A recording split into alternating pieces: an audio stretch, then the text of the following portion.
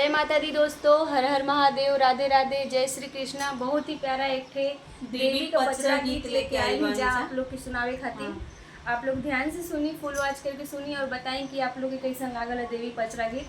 बहुत ही बढ़िया गीत बगाई। हाँ, ध्यान से सुनब जाए तो बहुत ही अच्छा लगी। हाँ, और कमेंट में बताइए जा कि कैसा लागल है। हाँ, लेकिन आप लोग कमेंट ना करिए लोग, तनी कमेंटो करिल जा तभी ना मन के पता चली कि ये बढ़िया गावत है जा कि नहीं।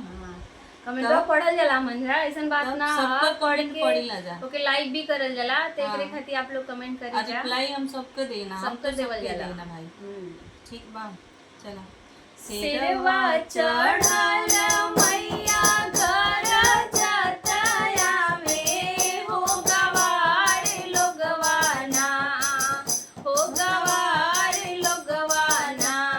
मैया के महिमा न जाने हो गवार लोगवाना, मैया के महिमा न जाने हो गवार लोगवाना।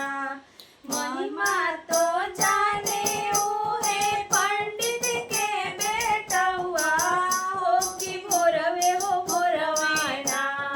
महिमा तो जाने उहे पंडित के बेटवा हो कि भोरवे भोरवाना।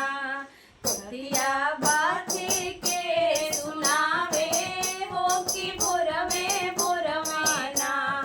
कोतिया बाजी के सुनावे हो कि भोरवे भोरवाना।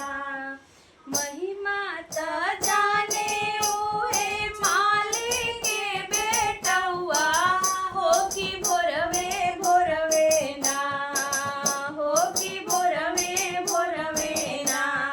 मैया के आड़ाउल चढ़ावे हो कि भोरवे भोरवे ना। मैया के आड़ाउल चढ़ावे हो कि भोरवे भोरवे ना। सिरवा चढ़ल मैया घर जतयावे हो गवार लोगवाना, हो गवार लोगवाना। मैया के महिमा न जाने हो गवार लोगवाना। महिमा त जाने आवाजवा के बेटवा हो कि भोरवे भोरवे ना, हो कि भोरवे भोरवे ना। मैया के चुनारी ओढ़ावे हो कि भोरवे भोरवे ना। मैया के चुनारी ओढ़ावे हो कि भोरवे भोरवे ना।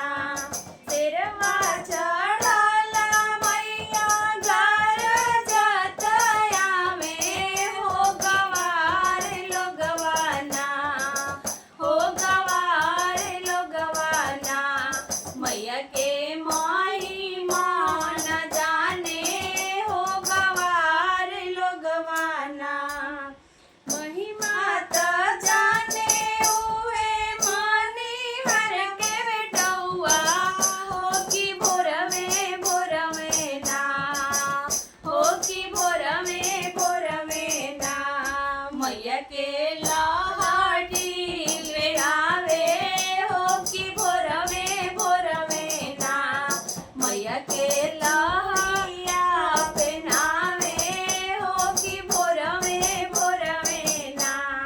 सिरवा चढ़ल मैया घर जतया में हो गवार लोगवाना, हो गवार लोगवाना।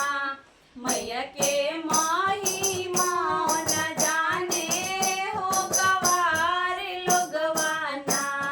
मैया के महिमा न जाने हो गवार लोगवाना। जय माता दी दोस्तों, जरूर बताइए आप लोग के पचरा गीत कैसन लागल है।